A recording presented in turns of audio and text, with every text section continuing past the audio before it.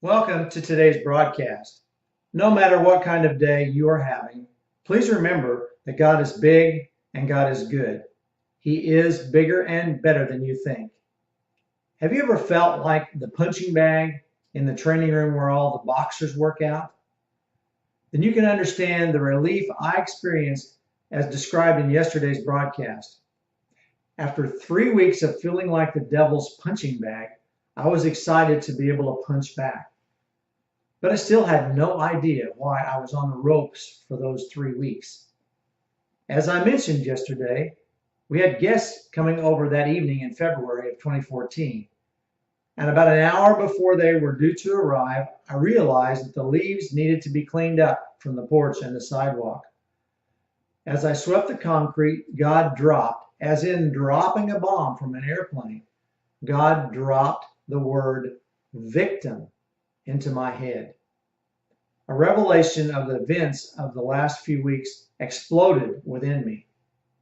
You mean I've been acting like a victim, Lord? How is that even possible? And God then began to reveal the evidence by answering with, when you even tell someone all the bad things that are happening to you. When I even tell someone all the bad things the devil is dishing out, I am allowing myself to become a victim. But I knew that God was so right on. Wow, how had I let this happen? When I told Cheryl what was going on, she was as deeply affected as I was. And she immediately said, no one would look at what we've been doing over the last few weeks and call us victims. We would be called victors by any normal observer. We've been spending every available moment declaring His word, praying, and worshiping.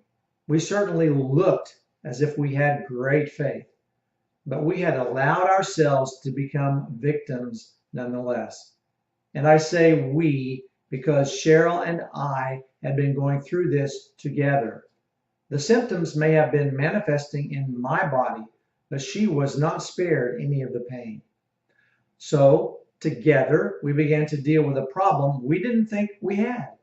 We began to deliberately and diligently weed out a victim mentality that had grown up in us, completely unknown to us. And it is amazing what you will find if you are determined to expose the victim within you, rather than to be determined to protect it. But let me warn you that the victim is the most protected species on the planet. You will get little support in trying to expose a victim mentality within yourself or anyone else. We honor our victims. We even immortalize our victims. Take a minute and study the first part of John chapter 5, the account of the man at the pool at Bethesda. Now, the man at the pool of Bethesda was convinced that his progress was someone else's responsibility. And Jesus confronted the man's victim mentality with a very direct question.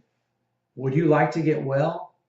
But the man could not see that his healing was standing right in front of him in the person of Jesus, because he was so consumed with all the reasons he couldn't get healing. For more, please visit givemethatmountain.org, and you have a wonderful day.